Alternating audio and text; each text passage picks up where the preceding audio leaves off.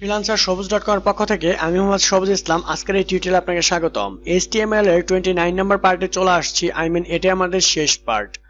তো এই পার্টে আমরা যেগুলো শিখলাম বা এই কোর্সে আমরা যেগুলো শিখলাম এগুলো যদি ভালোভাবে শিখে অ্যাপ্লাই করতে পারি তাহলে অবশ্যই আপনার দ্বারা সবকিছুই হবে। তো এই পার্টে আমরা কথা বলবো রেডিও বোতাম নিয়ে বা রেডিও বাটন যেগুলো আছে এগুলো নিয়ে, ঠিক আছে? তো যে কোনো ইনপুট এখানে রেডিও বাটন ফিল্ড একটা ফ্রম এলিমেন্ট, তাই এখানে যত উদাহরণ দেব সব ফ্রম এর ভিতরে রাখতে হবে। ফ্রম অনেক সময় অনেকগুলি অপশনের মধ্যে যে কোনো একটি অপশন সিলেক্ট করার সুযোগ দেওয়া লাগতে পারে। এসব ক্ষেত্রে রেডিও বাটন ব্যবহৃত হয়। যেমন এখানে দেখুন একটা অপশন দেওয়া হয়েছে, তো আমি এক্সাম্পল যেগুলো দেওয়া আছে আমি এগুলো একটু দেখতেছি। চেক করার জন্য আমি আমার নোটপ্যাডে চলে যাব, দেন এখানে টাইপ করব HTML5, ট্যাব প্রেস করলে এটা চলে আসবে, টেনশন করার কারণ নেই।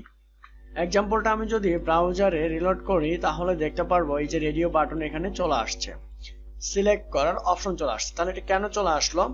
এখানে ইনপুট দেওয়া হয়েছে, ইনপুটের নেম দেওয়া হয়েছে রেডিও, ডিপার্ট দেওয়া হয়েছে ভ্যালু 1, ভ্যালু 2, ভ্যালু 3। তাহলে এখানে আমি যদি আরেকটা নেই ইনপুট,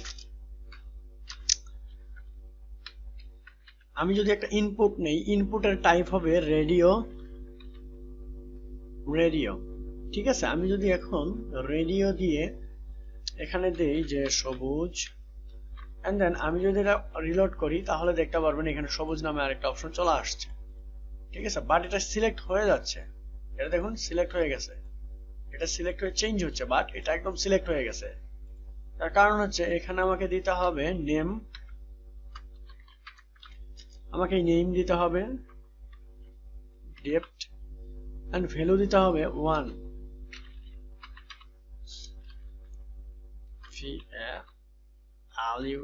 ভ্যালু 1। এখন দেখুন এটা সুন্দরভাবে স্মুথলি কাজ করবে। রিলোড করতেছি, এই যে, ঠিক আছে? এটা হচ্ছে মূলত রেডিও বাটন।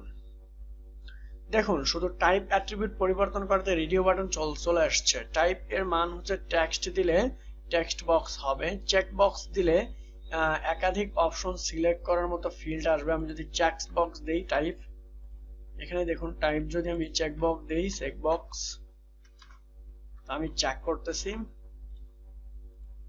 এই যে চেক বক্স টিক মার্ক চলে আসছে চেক বক্সে। ওকে, এটা হচ্ছে চেক বক্স। ফিল্ড আসে, সাবমিট দিলে একটা সাবমিট বাটন তৈরি হবে। তো আমি সাবমিট দিয়েও চেক করে দেখাইতাছি। এই যে এখানে যদি আমি সাবমিট দেই তাহলে আপনি দেখতে পারবেন। আমি আবার রিলোড করব ব্রাউজারে গিয়ে, তো এই যে সাবমিট বাটন চলে আসছে, এখানে একটা বাটন তৈরি হবে। সাবমিটের নাম দিতে হবে বাটন, সরি, ভ্যালু দিতে হবে বাটন,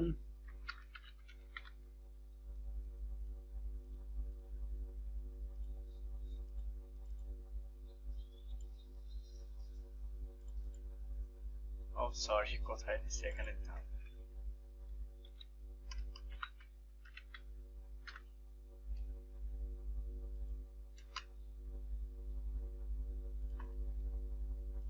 এই যে বাটন চলে আসছে। ওকে, বা আপনি বাটনের একটা নাম দিতে পারেন।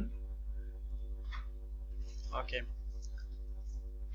সব ফ্রম এলিমেন্টের নাম অ্যাট্রিবিউটের মান ভিন্ন দিতে হয়। শুধু রেডিও বাটনের ক্ষেত্রে এই মান দিতে হবে যদি চান যে কোনো একটি সিলেক্টর করতে পারেন। অন্যটি সিলেক্ট করলে অটোমেটিক্যালি সিলেক্টটি হয়ে যাবে। মান ভিন্ন দিবেন না, কারণ এটাই তো চেক বক্স দিয়ে যায়। প্রথম টিউটোরিয়ালে আমরা আলোচনা হয়েছে যে কোনো একটি যদি সিলেক্ট দেখাতে চান তাহলে এটাতে চেকবক্স বা চেকবক্স অ্যাট্রিবিউট ব্যবহার করুন। আমি এগুলো দেখাইছি এক্সাম্পল। তো মূলত আমাদের যে HTML এর কোর্সটা আমরা শেষ করলাম, এই জিনিসগুলো যদি আপনি মনে রাখতে পারেন তাহলে আমরা CSS এ গিয়ে যখন এগুলো অ্যাপ্লাই করব তখন দেখতে পাবেন সুন্দর করে ডিজাইনগুলো আমাদের করতে পারতেছি।